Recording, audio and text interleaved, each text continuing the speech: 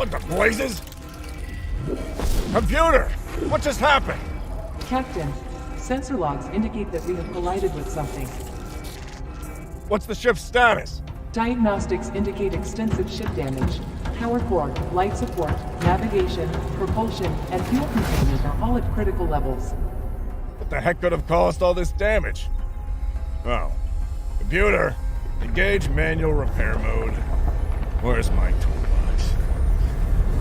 Stellar Drift is a pull and write game about repairing your broken spaceship.